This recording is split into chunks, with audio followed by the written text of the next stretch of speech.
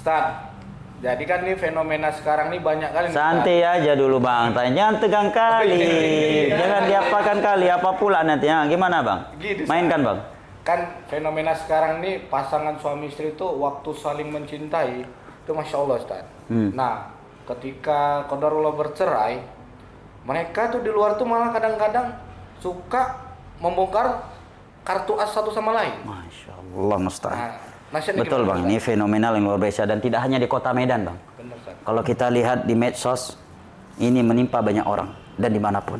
Oleh karenanya Bang, di dalam Al-Quranul Karim, ketika Allah berbicara tentang perceraian, Allah mengatakan, وَلَا تَنْسَوْا الْفَضْلَ بَيْنَكُمْ. Dan janganlah kalian saling melupakan keutamaan dan kebaikan di antara kalian. Seandainya dua pasangan suami istri yang tadinya saling cinta mencintai, di antara mereka qaddarallahu wa masya'a fa'al, mereka bercerai. Seyogyanya mereka saling mengenang dan saling mengingat akan keutamaan antara satu sama yang lainnya. Ana yakin pasti mantan istri dia, seburuk-buruknya pasti ada kebaikan dan keutamaannya kan? Kalau enggak mungkin dulu dia diadikan sebagai istrinya. Ya, begitu juga si pihak wanita. Seburuk-buruk mantan suami dia, itulah lelaki terbaik di dunia di mata dia saat itu. Kalau enggak mungkin dia pilih jadi sebagai suaminya. Yang kedua Bang, enggak ada manfaatnya saling bongkar kartu as. Kenapa? Karena itu jatuh ke dalam dosa ghibah. Dan ghibah salah satu dari dosa-dosa besar yang tidak terhapuskan dosanya dengan sholat 5 waktu. Dan Allah menyamakannya dengan orang yang memakan bangkai. Ya kan? Ayatnya jelas. Ya.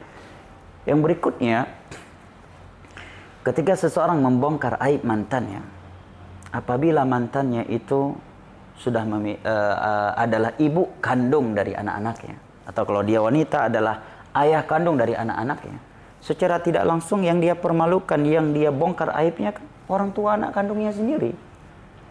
Yang akan menanggung beban aib mantan pasangannya itu adalah anak kandungnya sendiri.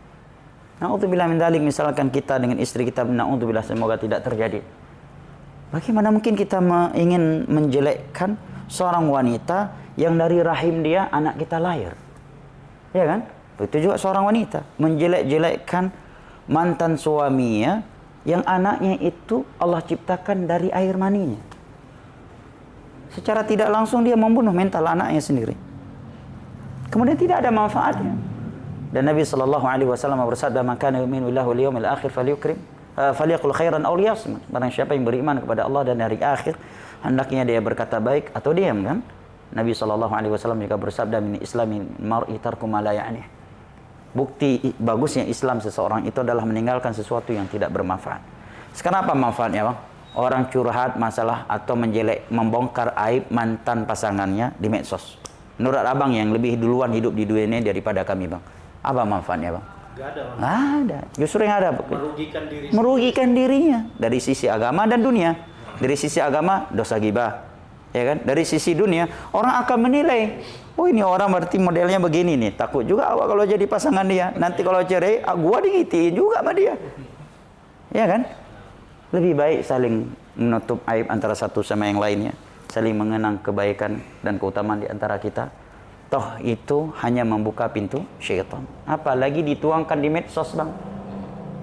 Netizen, tahulah apalagi netizen Indonesia Bang. Ngalahin netizen India katanya. Betul ya kan? Udahlah, kalau sudah terjadi perceraian, qaddarallah wa ma syaa fa'al. Memang itu dinamika kehidupan. Ya, di antara para sahabat juga ada yang nikah cerai dan juga ulama-ulama yang datang setelah itu. Itu terkadang kalau sudah terjadi nggak ada yang bisa mencegah ya. Qaddarallah wa ma syaa fa'al. Saling introspeksi diri, saling muhasabah, ya, saling memperbaiki diri, saling mengenang kebaikan antara satu sama yang lainnya, dan saling menutup aib antara satu sama yang lainnya. Apalagi mantan pasangan kita ini adalah orang tua kandung dari anak-anak kita. Dan ini sangat buruk dan sangat memalukan jika yang melakukannya adalah orang yang mengaku dirinya udah sunnah. Dan dia membongkar aib mantan pasangannya di lingkungan sunnah. Ini menunjukkan dia lelaki yang, atau kalau dia perempuan, orang yang tidak punya prinsip dan tidak punya kemuliaan. Ya kan? Barakallahu fiik. Semoga tidak menimpa keluarga kita, Bang. Dan semoga Allah mengabadikan sakinah, mawaddah dan rahmah di antara keluarga kita sampai ke surga, ya, Bang. Amin ya rabbal alamin. Syukran Ustaz. Afwan, Jazakallah khair, Ustaz, barakallahu fik. atas nasihat buat kami semua di sini. Amin. Jazakallah khair, barakallahu fik.